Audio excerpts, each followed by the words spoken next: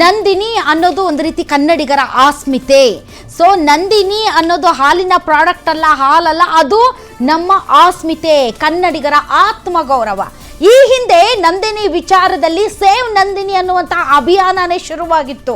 ಅಮೂಲ್ ಜೊತೆಗೆ ನಂದಿನಿಯನ್ನ ಮರ್ಜ್ ಮಾಡಿಬಿಡ್ತಾರೆ ಅನ್ನುವಂಥ ಸುದ್ದಿ ಓಡಾಡಿದ ಸಂದರ್ಭದಲ್ಲಿ ನಂದಿನಿಗೆ ಮಾರ್ಕೆಟಲ್ಲಿ ಕಾಂಪಿಟೇಷನ್ ಆಗಿ ಅಮೂಲ್ನ ಡೈರಿ ಪ್ರಾಡಕ್ಟ್ಸ್ ಲೈಕ್ ಮೊಸರು ಬೇರೆ ಬೇರೆ ಬರ್ತಾವೆ ಅಂದಾಗ ಸೇವ್ ನಂದಿನಿ ಅನ್ನುವಂಥ ಹೋರಾಟ ಆರಂಭ ಆಗಿತ್ತು.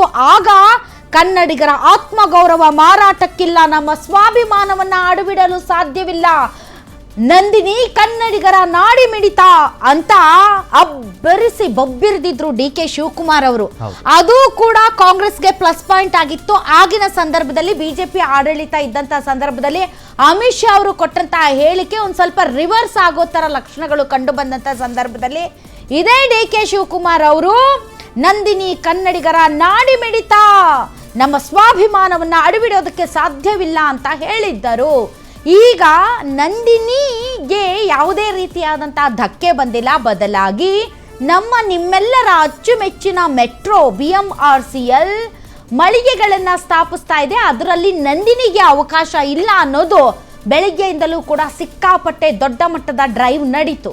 ಕೊನೆಗೆ ಅದು ಒಂದು ರೀತಿ ಸುಖಾಂತ್ಯಕ್ಕೆ ಬಂದಿದೆ. ಅದಕ್ಕೆ ಸಂಬಂಧಪಟ್ಟಂತ ಹೆಚ್ಚಿನ ಡೀಟೇಲ್ಸ್ ಇದೆ.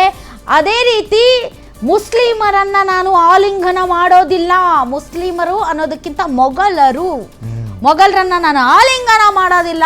ಅವ್ರ ಚಾಚಾ ಜಾನ್ ಅನ್ಲಿ, ಬಾಯಿ ಜಾನ್ ಅನ್ಲಿ, ಯಾವ ಜಾನ್ ಆದ್ರೂ ಅನ್ಲಿ, ಆ ಜಾನ್ ನನಗೆ ಬೇಡ ಅಂತ ಒಬ್ರು ಒಂದು ಹೇಳಿಕೆ ಕೊಟ್ಟಿದ್ದಾರೆ ಅಥವಾ ಒಂದು ಕಮ್ಯಾಂಡ್ ಕೊಟ್ಟಿದ್ದಾರೆ.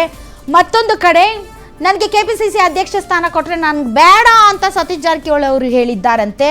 ಇನ್ನೊಂದು ಕಡೆ ಇರಾನ್ ಇಸ್ರೇಲ್ ಯುದ್ಧದಲ್ಲಿ ಈಗ ಟ್ರಂಪ್ ಅವರ ಇನ್ವಾಲ್ವ್ಮೆಂಟ್, ಅಮೆರಿಕಾದ ಹಸ್ತಕ್ಷೇಪ ಇನ್ನೂ ದೊಡ್ಡ ಲೆವೆಲ್ಗೆ ಹೋಗುತ್ತಾ, ಥರ್ಡ್ ವರ್ಲ್ಡ್ ವಾರ್ ಆಗುತ್ತಾ, ಎಲ್ಲ ವಿಚಾರಗಳಿಗೆ ಸಂಬಂಧಪಟ್ಟಂತ ಡೀಟೇಲ್ಸ್ ಮಾಹಿತಿಯನ್ನ ನಿಮ್ಮ ಮುಂದೆ ಇಡ್ತೀವಿ.